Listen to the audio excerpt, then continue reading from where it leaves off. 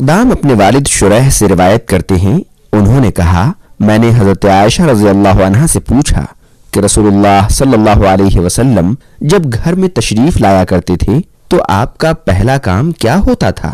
فرمایا مسواک۔ ابو داؤد حدیث نمبر 51۔ یہ حدیث مسلم میں بھی ہے، مسلم میں اس حدیث کا نمبر ہے 253۔ یہ حدیث نسائی میں بھی ہے، نسائی میں اس حدیث کا نمبر ہے 8، اور ابن ماجہ میں حدیث نمبر 290۔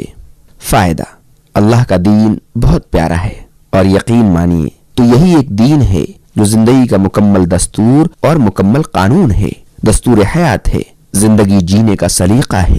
نبی کریم صلی اللہ علیہ وسلم کا یہ عمل واضح کرتا ہے کہ راہ چلتے گھومتے پھرتے مسواک کرنا نبی کریم صلی اللہ علیہ وسلم کے معمولات میں سے نہیں تھا، جیسا کہ آج کل بہت سے لوگ دیہات میں یا مختلف علاقوں میں لوگ جو ہے راہ چلتے مسواک کرتے رہتے ہیں یا دیکھے جاتے ہیں۔ ہر چیز کا ایک طریقہ ہے، ایک سلیقہ ہے، اس کے لیے ایک جگہ ہے، اس عمل کو وہیں کرنا چاہیے۔ یہ تمام چیزیں لوگوں کے دلوں میں اس کے بارے میں ایک مثبت رائے قائم کرتے ہیں۔ اللہ ہمیں اچھی طرح زندگی گزارنے کی توفیق عطا فرمائے، آمین۔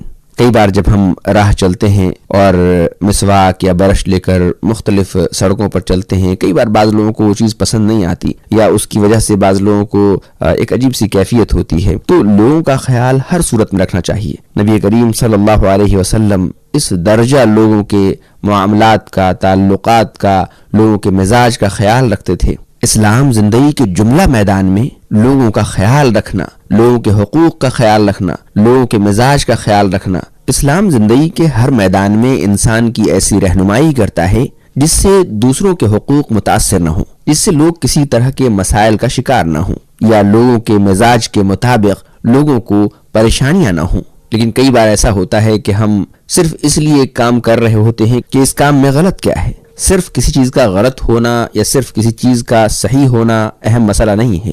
غلط ہونا تو بہرحال غلط ہے، لیکن صحیح مسئلہ بھی ہے، تو اس کو صحیح طریقے سے پیش کرنا یا صحیح جگہ پر کرنا یہ بھی ہماری ذمہ داری ہے۔ اللہ ہماری اصلاح فرما دے اور دنیا و آخرت کی بھلائیوں سے ہمیں نوازے، آمین۔